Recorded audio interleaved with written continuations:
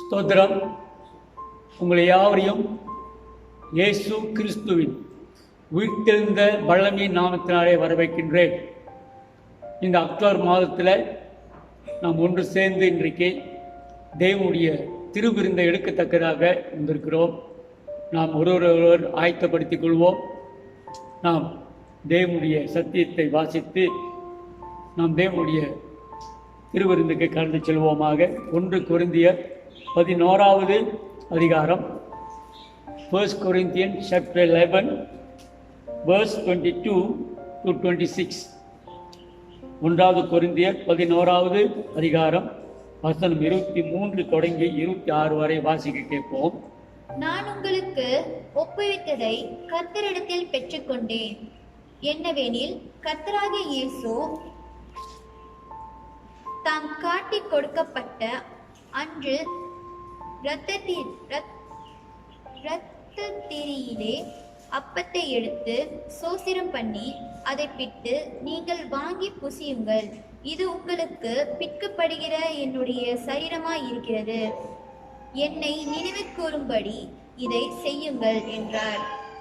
போஜனப்படி பின்பு அவர் அந்தப்படியே பாத்திரத்தையும் எடுத்து, இந்த பாத்திரம் என் இரத்தத்தினாகிய புதிய உடன்படிக்கையாய் இருக்கிறது, நீங்கள் இதை பானம் பண்ணும் போதெல்லாம் என்னை நினைவு கூறும்படி இதை செய்யுங்கள் என்றார். ஆகையால் நீங்கள் இந்த அப்பத்தை புசித்து இந்த பாத்திரத்தில் பானம் பண்ணும் போதெல்லாம் கர்த்தர் வரும் அளவு அவருடைய மரணத்தை தெரிவிக்கிறீர்கள். ஸ்தோத்திரம். இந்த வசனத்தை தியானித்து நாம் தேவனுடைய பந்திக்கு கடந்து செல்வோமாக. தேவன் தாமே இது நமக்கு வைத்து சென்ற அடையாளமாகவும் மீண்டுமாக கர்த்தர் வருகிறார் என்ற திட நம்பிக்கையோடும் இதை நாம் எடுத்துக்கொள்வோமாக. அதற்கு முன்புக்காக இந்த பாடலை பாடி நாம் ஆயத்தப்படுத்திக் கொள்வோம். அப்படியாக முன்னுக்கு வந்து எடுத்துக்கொள்வோமாக. அன்பே கல்வாரி அன்பே என்ற பாடலை படித்துக் கொள்வோம். அன்பே கல்வாரி அன்பே, உம்மை பார்க்கையிலே என் உள்ளம் உடையுதப்பா. அன்பே கல்வாரி அன்பே,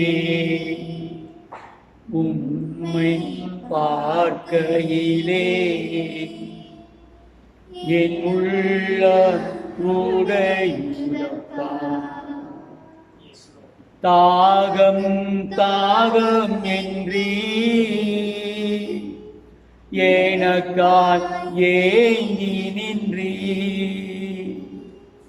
தாகம் தாகம் என்றீ எனக்காய் ஏங்கி நின்றீ. பாவங்கள் சுமந்தீ, எங்கள் பாவங்கள் சுமந்தீ. பரிகார பலியானி, நீ பரிகார பலியானி. அன்பே கல்வாரி அன்பே, உம்மை பார்க்கையிலே என் உள்ளம் உடையுதையா. காயங்கள் பார்க்கின்றே, கண்ணீர் வடிக்கின்றே. காயங்கள் பார்க்கின்றே, கண்ணீர் வடிக்கின்றே.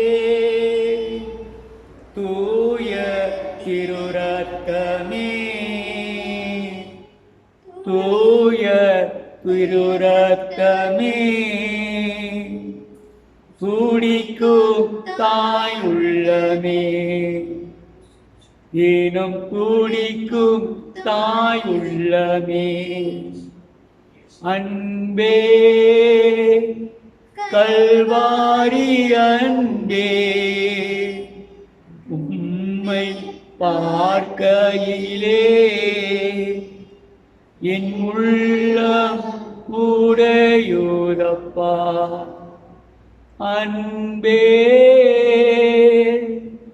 கல்வாரி அன்பே, உம்மை பார்க்கையிலே என் உள்ளம் உடையுதப்பா. ஸ்தோத்திரம் செய்து இது உங்களுக்காக பிக்கப்பட்ட என்னுடைய சரீரம் என்று சொன்னார். ஓய்வும் செய்வோமா? அதே பிரகாரமாக பாத்திரத்தையும் எடுத்து ஸ்தோத்திரம் செய்து இது உங்களுக்காக சிந்தப்பட்ட என்னுடைய ரத்தம் என்று சொன்னார். பிதாவே, எங்களுக்காக ஆண்டவரே, நீரே வந்து ஆண்டவரே மரித்து உயிர்த்தெழுந்து சாபமாகி ஆண்டவரே எங்களை பரிசுத்தமாக்கி நீர் ஆண்டவரே, உங்களுடைய அன்புக்காக நன்றி செலுத்துகிறோம். தேவரே, இந்த புதிய உடன்படிக்கை மீண்டும் வருகிறேன் ஆண்டவரே. இயேசு மீண்டும் வருகிறார் இந்த நிச்சயத்தோடு ஆண்டவரே. இந்த புதிய உடன்படிக்கையில் ஆண்டவரே, இது இரத்த உடன்படிக்கை ஆண்டவரே. வெள்ளினாலும் பொன்னினாலும் வாங்கினதல்ல ஆண்டவரே, நீரே உங்களுடைய ரத்தத்தை தந்து எங்களை வாங்கி கொண்டீர் ஆண்டவரே. ஐயா, நினைவு கூறுகிறோம். இயேசு நாம் ஜெபிக்கிறேன் நல்ல பிதாவே. ஆமென், ஆமென். Praise the Lord. ஸ்தோத்திரம். இவ்விதமாக தேவனுடைய இந்த திருவிருந்தில் நம்ம கலந்து கொண்டதுக்காக ஆண்டவருக்கு நன்றி செலுத்துவோம். நாம் இன்றைக்கு தேவனுடைய சத்தியத்தை கடன் செல்வோமாக. நான் உங்களோடு கூட இந்த 10 கட்டளைகள், 10 commandments, இந்த 10 கட்டளைகளை குறித்து உங்களோடு நான் ஆழமாக அகலமாக பிரீஃபாக பகிர்ந்து கொண்டு வருகிறேன். போன வாரத்தில் அந்த 10 கட்டளைகளை முடித்து விட்டோம். So last few weeks I am sharing with you the 10 commandments with a deeper, with a wider understanding. Last week we already finished the 10 commandments, but still I want to clarify certain things. People are messing up that the 10 commandments. இந்த 10 கட்டளைகளை சில பேர் தப்பாக தவறாக அது வியாக்கியானம் பண்ணதுனால இதை சற்று தெளிவாக சரியாக நம்ம புரிந்து கொள்ள வேண்டியது ரொம்ப முக்கியம். என்ன செய்கிறாங்கனாக்கா, முதலாவது சொல்லியிருந்த இந்த 10 கட்டளைகள் முதல் பகுதி, இந்த கட்டளைகளை ஆவிக்குரிய உறவு, ஆண்டவருக்கும் நமக்கும் உள்ள உறவு குறித்து ரொம்ப அழகாக சொல்லப்பட்டிருக்கிறது. நான் தான் தேவன், என்னை என்று வேறு தேவன் இல்லை.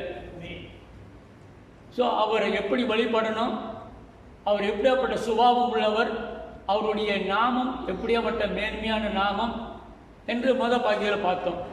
இரண்டாவது பகுதியில் மனிதனுடைய உறவுகள், மனிதனுக்கு மனிதன் உள்ள உறவு.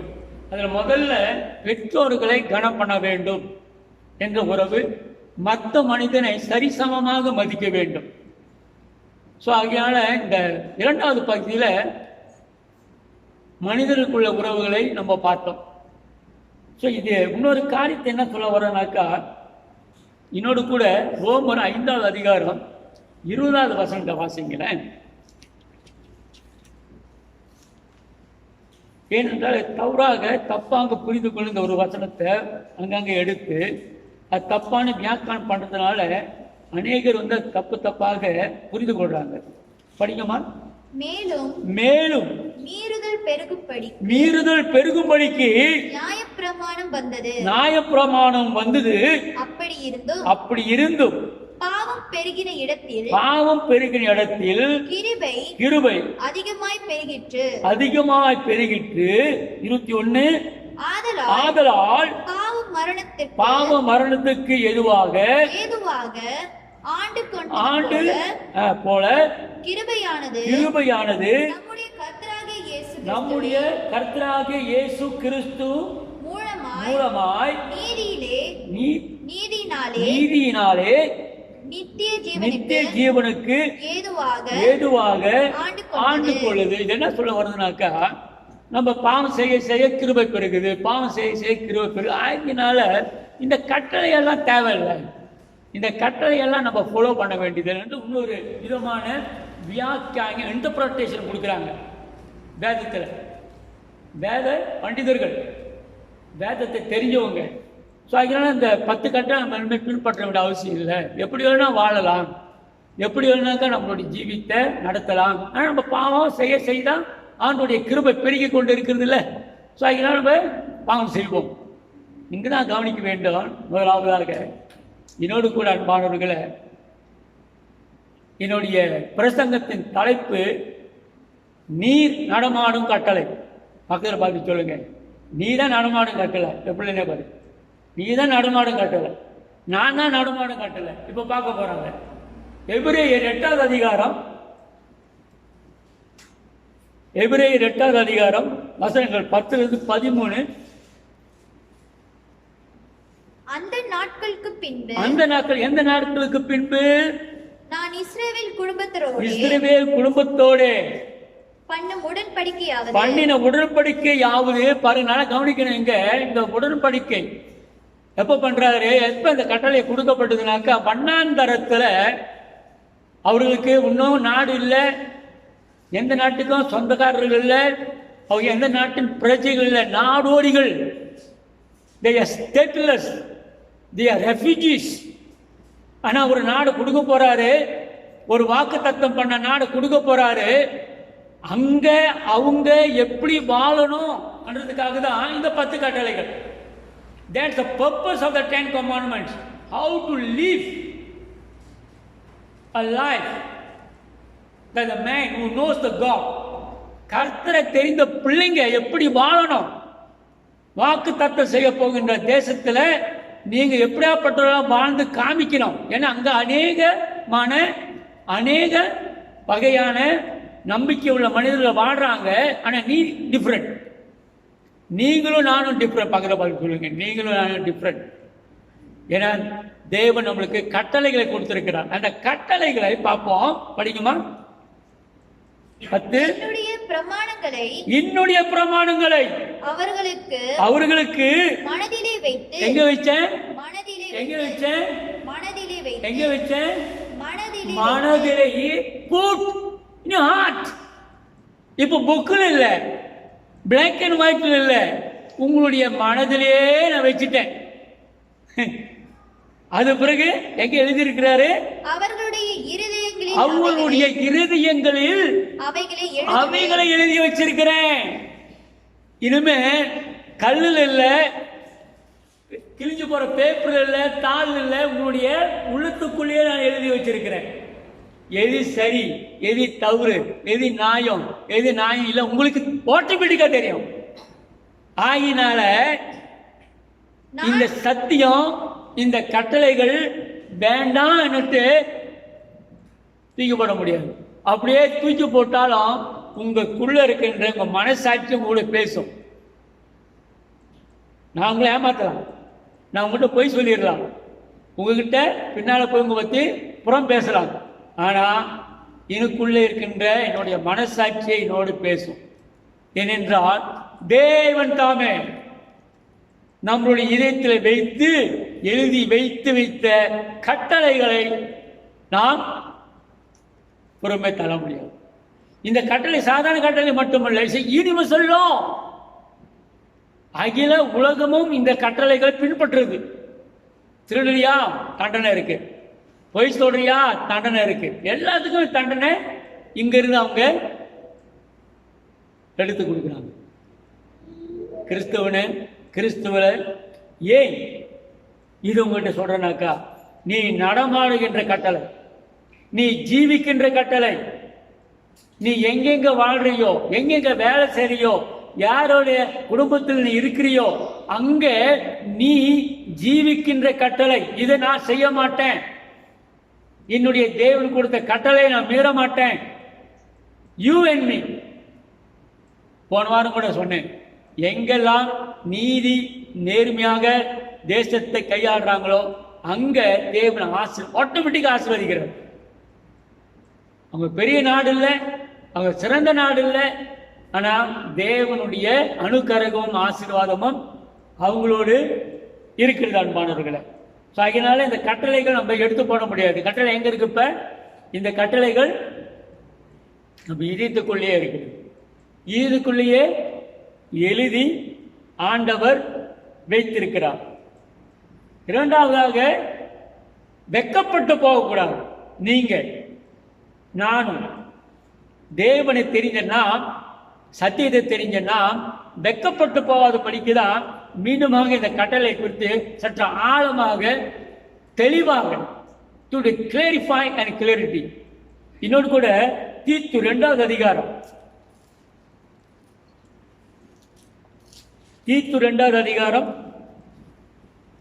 11 படிக்குமா? ஏனெனில் எல்லா மனுஷருக்கும் ரட்சிப்பை அளிக்கத்தக்க தேவ கிருபையானது பிரசன்னமாகி நான் அவபக்தியையும் லௌகிக இச்சையையும் வெறுத்து தெளிந்த புத்தியோடையும் நீதியும் தேவ பக்தியும் உள்ளவர்களாய் இவ்வுலகத்தில்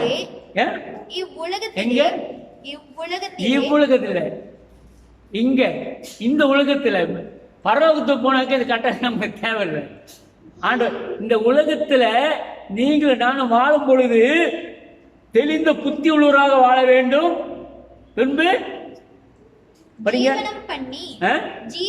ஜீவனம் பண்ணி நாம் நம்பி இருக்கிற ஆனந்த பக்தியத்துக்கும் மகாதேவனும் நமது இரட்சகருமாகிய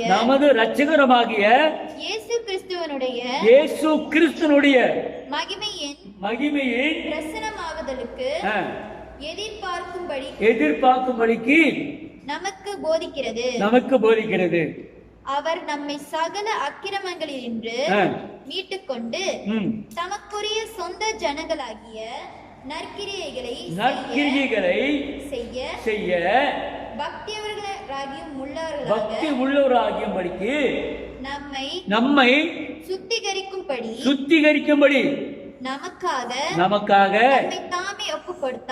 தம்மை தாமே ஒப்பு கொடுத்தார். இவைகளை நீ பேசி போதித்து சகல அதிகாரத்தோடும் கடிந்து கொள். ஒருவனும் உன்னை அசட்டை பண்ணாதபடிக்கு don't make anybody shame you. Don't make anybody shame you or mock you. அசட்டை பண்ணாதபடிக்கு எப்படி இருக்கணும்? இடம் கொடாதிருப்பாயாக. ஏன் இந்த கட்டளை மீண்டுமாக உங்களுக்கு சொல்லிக் கொடுக்குறேனாக்கா, ஆழமாக சொல்லி இது வேண்டாம், பரவாயில்ல, எப்படி வேணாலும் வாழலாம், கிறிஸ்துவங்க எப்படி வேணாலும் வாழுவாங்க. சில சமயத்தில் தப்பாக கிறிஸ்துவங்க நடக்கிறதால என்ன சொல்றாங்க, பரவாயில்ல, அவங்களாம் அப்படிதான், இட்ஸ் ஓகே, நெவர் மைண்ட். ஆனால் வேதம் சொல்லுது, நீ வெட்கப்படுகின்றவனா இருக்கக்கூடாது. நீ அதிகாரத்தோடு அவர்களை எச்சரிக்கையாக இருக்க வேண்டும். தேவனுடைய கட்டளைகள் உண்மை உள்ளவர்கள் என்று சொல்லத்தக்கதாக நீயும் நானும் அதை தெளிவாக தெரிந்து கொள்ள வேண்டும். அதுக்காக தான் இந்த கட்டளைகளை நம்ம போதிக்கணும். அதுக்காக கிறிஸ்துவ நீ வெட்கப்படக்கூடாது. முதலாவது பார்த்தோம் நீங்களும் நானும் ஜீவிக்கின்ற கட்டளைகள். இரண்டாவது, வெட்கப்படக்கூடாத கிறிஸ்துவராக வாழ வேண்டும். இந்த கட்டளைகள் நம்முடைய வாழ்க்கையில் இருக்க வேண்டும், தெளிவாக இருக்க வேண்டும், அதிகாரத்தோடு சொல்லணும். எஸ், நான் பொய் சொல்ல மாட்டேன், நான் லஞ்சம் வாங்க மாட்டேன், நான் யாரும் ஏமாற்ற மாட்டேன் சொல்லுகின்ற கிறிஸ்துவனாக வாழ வேண்டும். ஸோ அதனால ஆண்டவர் சொல்றாரு, நீ என்ன செய்யணும்? வெட்கப்படுகின்ற கிறிஸ்தவனாக வாழக்கூடாது. இந்த சத்தியத்தை தெளிவாக நீ தெரிந்து கொள்ள வேண்டும். யாராவது சொன்னாங்கன்னாக்கா, ஏன் இந்த பைபிளை பழைய ஏற்பாடியா, அது பழைய ஏற்பாடு கொடுக்கப்பட்ட கட்டளை, அதெல்லாம் பின்பற்ற வேண்டிய அவசியம்லாம் இல்லை. இப்போ வந்து அதெல்லாம் புதுசாக மாறிடுச்சு, இப்போ ஹேண்ட்ஃபோனுக்கு மாறிட்டோம், இப்போ ஹேண்ட்ஃபோன் ஸ்டைலு, இப்போ ஐடி ஸ்டைலு. இல்லையா, கட்டளை கட்டளை தான். அல்லேலூயா. இதை மாற்ற முடியாது, மாறவும் முடியாது. ஏனென்றால் உங்கள் இதயத்துக்குள்ள வச்சிருக்கிறாரு, எழுதியிருக்கிறாரு. ஆனால் நீங்களும் நானும் வெட்கப்படாதபடிக்கு ஆண்டவர் இன்னைக்கு சொல்லி கொடுக்குறாரு. அதனால தான் இந்த வேதத்தை நம்ம படிக்கும் பொழுது என்ன சொல்கிறோம்? தெளிவாக சரியாக படிச்சுக்கணும். பாருங்கள், ஏதாச்சும் ஒரு தப்பு செஞ்சுட்டோம்னாக்கா, ஏதாச்சும் ஒரு தவறு செஞ்சுட்டோம்னாக்கா உடனே என்ன சொல்லுவாங்க? கிறிஸ்தவங்களும் அப்படித்தானா, கிறிஸ்தவங்களும் அப்படி தான் போய் சொல்கிறாங்களா, கிறிஸ்தவங்கள் தான் ஏமாத்துறாங்க உடனே சொல்லுவாங்க. ரைட்? எத்தனை பேர் கேட்டிருக்கீங்க? நான் கேட்டிருக்கேன். நம்மள தான் முதல்ல சொல்லுவாங்க, கிறிஸ்தவங்கள வேண்டா. ஆனால் அவங்க என்ன செஞ்சாலும் பரவாயில்ல, அவங்க என்ன தப்பு செஞ்சாலும் பரவாயில்ல. இப்போ நீங்களும் நான், ஏனென்றால் நம்ம தெளிவுறாக அதிகாரத்தோடு தேவனுடைய கட்டளைகளை வைத்திருக்கிறோம் என்று நன்றாக இந்த உலகம் தெரிகிறது. இந்த உலகத்தில் ஜீவிக்கும் பொழுது நம்ம அதிகாரத்தோடு ஜீவிக்கும்படிக்காக இருக்க வேண்டும். சரி, மூன்றாவதாக தேவன் இதை இயேசு சாமி எப்படியாக இந்த கட்டளைகளை, ஐயோ 10 கட்டளை யாரு கடைப்பிடிக்கிறது? 10 கட்டளை ஒன்று கூட தப்பக்கூடாது. யூதர்களுக்கு இந்த 10 கட்டளையில ஒன்று கூட தப்பக்கூடாது. இதை ஒன்று தவறுனாலும் அவங்க எல்லாத்தையும் பலி கொடுக்க வேண்டும், பாவம் செஞ்சிட்டாங்க. ரைட்? அப்படிதான் அவங்களுக்கு போதிக்கப்பட்டது. ஆனால் இயேசு சாமி தாமே நம்மளுக்காக பலியானால கேட்டுங்க, இந்த 10 கட்டளைகளை ஒன்று கூட தவறாதபடிக்கு யூதர்கள் செய்வாங்க. பழைய ஏற்பாடு, அதனால தான் சொல்றாங்க பழைய ஏற்பாடு யூதர்களை அவர்கள் இந்த 10 கட்டளை ஒன்று கூட குறையாதபடிக்கு அவங்க ரொம்ப கட்ராய்டா இருப்பாங்க. இந்த ஓய்வு நாளில வெளியே போக மாட்டாங்க, ஒரு வேலையும் செய்ய மாட்டாங்க. ஆனால் ஆண்டவர் சொல்றாரு, அவரே நம்மளுக்கு கிருபையாக மரித்தார். அவர் நமக்கு கிருபாத பலியாக மரித்து நம்மளை கிருபை தந்தார். கிருபையினால் நம்ம ஜீவிக்கிறோம். அதுக்காக கட்டளை வேண்டான்னு சொல்லலை. கட்டளை நம்மளை ரட்சிக்காது, கட்டளை நம்ம ரட்சிக்கல. இயேசு சிலுவையில் மரித்த அந்த மரணம் கிருபையினால நம்ம ரட்சிக்குது பாவிகள். ஓகேயா? சரி, அதை எப்படியாக சுருக்கமாக இந்த 10 கட்டளைகளை நம்ம கை கொள்ள வேண்டும். இன்னொரு கூட யோவான் 13:34-37 வரைக்கும்.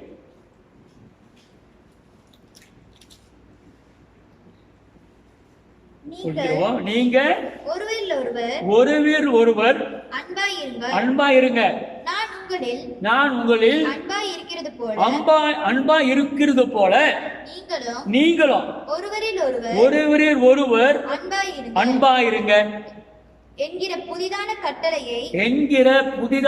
கட்டளையை உங்களுக்கு கொடுக்கிறேன். வெரி சிம்பிள், ஆனா வெரி வெரி டிஃபிகல்ட். என்ன சொல்றார் ஆண்டவர்?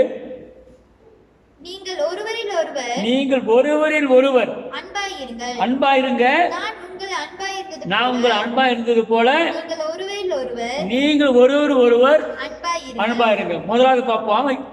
ஏன் ரொம்ப சிம்பிளா முடிக்கிறாரு. இந்த கட்டளை என்ன கட்டளை? நான் உங்கள் மேல அன்பா இருந்தேன்ல, அதே போல நீங்கள் ஒருவர் ஒருவர் அன்பாக இருக்க வேண்டும். எப்படி இருந்தாரு? இன்னும் கொஞ்ச நேரத்துல நீங்க கொஞ்சம் கீழே படிச்சீங்கன்னாக்கா 37 படிச்சீங்கன்னாக்கா பேதுரு சொல்றான். என்ன சொல்றான் பேதுரு அவரை நோக்கி, ஆண்டவரே நான் இப்பொழுது உங்களுக்கு பின்னே ஏன் வரக்கூடாது? ஆண்டவர் சொல்றாரு, உமக்காக என் ஜீவனையும் கொடுப்பேன் என்றான். ஆண்டவர் சொல்றாரு, எப்பா ஒருவருக்கு ஒரு அன்பு கூறுங்க, நான் உங்க மேல அன்பு கூறுந்தேன். எப்படி அன்பு கூறுந்தேன்? என்னுடைய ஜீவனை உங்களுக்காக கொடுக்குறேன்.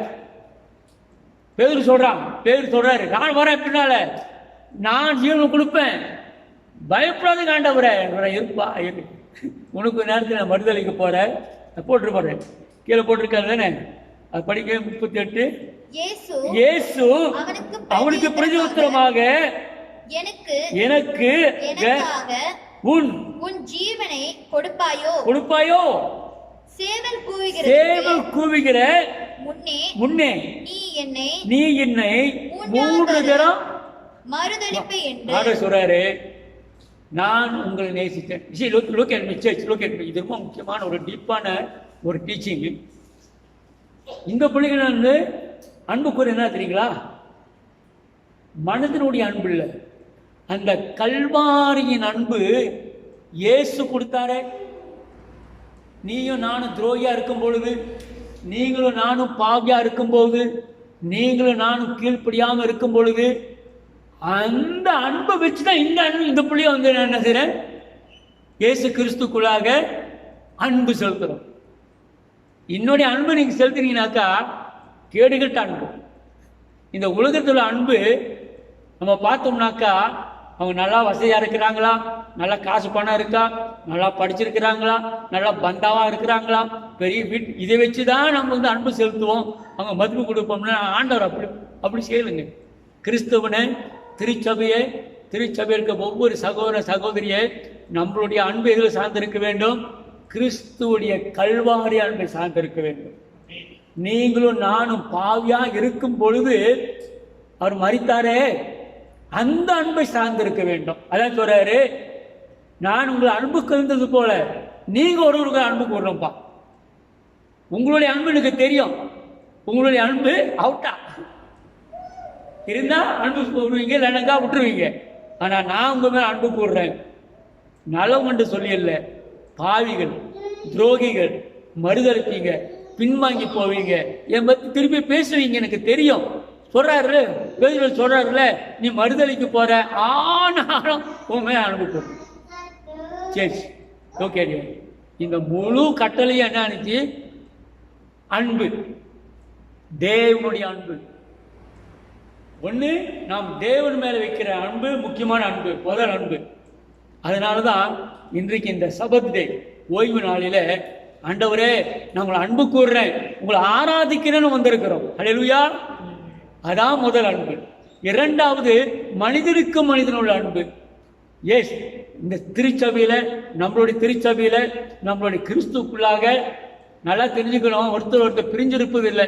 அவங்க எந்த சபையா இருந்தாலும் சரி, எந்த சபைக்கு போனாலும் சரி, கிறிஸ்துக்குள்ளாக நம்ம சகோதரர்கள். ஏனென்றால் தேவன் நம்மை நேசித்திருக்கிறார். அதை வச்சு நாம் ஒருவருக்கு ஒருவர் என்ன செய்யணும்? அன்பு கூறுங்க. கிறிஸ்துவனா ஸ்தோத்திரம்பா சொல்றாங்க. நீங்க தெரியுமா பேர் சொல்வீங்க, ரைட்? கிறிஸ்தவன பிரேஸ் தி லார்ட் பிரதர், ஸ்தோத்திரம் பிரதர், எப்படி இருக்கீங்க பிரதர், மொதல் சொல்லுவோம். ஆட்டோமேட்டிக்கா நம்மளுக்கு அந்த ஸ்தோத்திரம் நமக்குள்ளாக வந்துடும். ஸோ ஆகினால அன்பானவர்களே, நீங்களும் நானும் இன்றைக்கு முதலாவது கட்டளை, தேவனுக்கு என்ன செய்ய வேண்டும்? அன்பு கூறு.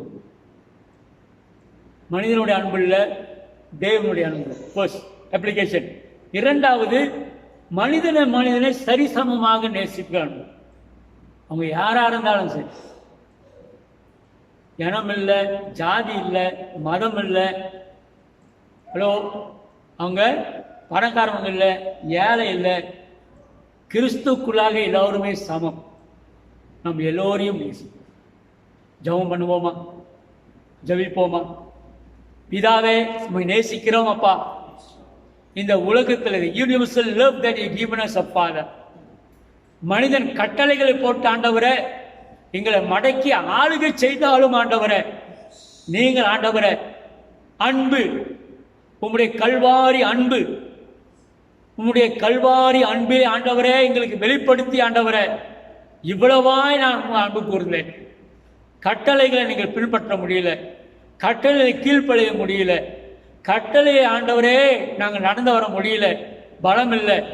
தெரிந்த ஆண்டவரே, நீரே எங்களுக்காக பலியானீர் அப்பா. உங்களை நாங்கள் நேசிக்கிறோம் இயேசுவே, உங்களை நாங்கள் நேசிக்கிறோம். இந்த முதல் மாதத்தில் இப்படியாக உங்களை ஆராதிக்க கொடுத்த கிருபைக்காக நன்றி அப்பா.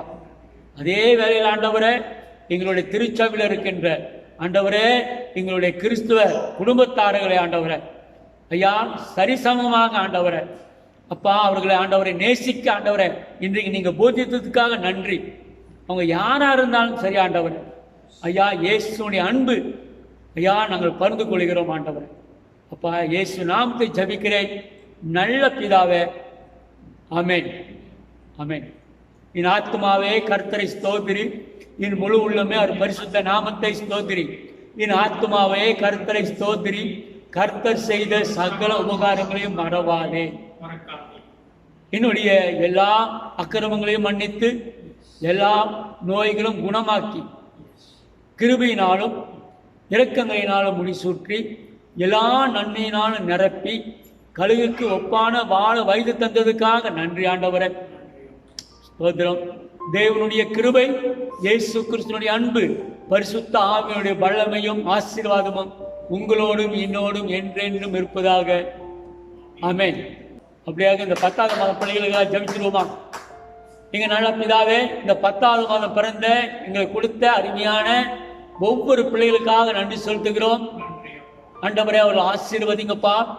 அவர் கொடுத்த ஆண்டவரே இந்த ஆயுஷ்காக ஸ்தோத்திரம், சுக பலத்துக்காக தரும்படியாக ஜபிக்கிறோம். நாங்கள் தூரமாக இருந்தாலும் ஆண்டவரே உள்ளங்கையிலே எங்களை வரிந்து வைத்திருக்கிறீர். அனுதினமும் ஆண்டவரை எங்களை போஷிக்கிறீர். ஆண்டவரை அவங்க திருமண நாளுக்கும் ஆண்டவரை நன்றி செலுத்துகிறோம். கர்த்தாவே இந்த பந்தத்தில் இணைந்த ஒவ்வொரு திருமண தம்பதிகளுக்காக ஜபித்துக் கொள்கிறோம். கர்த்தாவே அந்த இணைப்பு ஆண்டவரை தேவனால ஆண்டவரை இணைக்கப்பட்டது ஆண்டவர் அந்த பந்தம். கர்த்தாவே இயேசு நாமத்திலே ஆண்டவரை பலப்படுத்துங்க. கர்த்தாவே திடப்படுத்துங்க. அவங்க மூலியமாக வருகின்ற தலைமுறை ஆண்டவரை ஆசீர்வதிங்க. இயேசு நாமத்தில் நாங்கள் ஜபிக்கிறோம், ஆசீர்வதிக்கிறோம். ஆமென். Praise the Lord.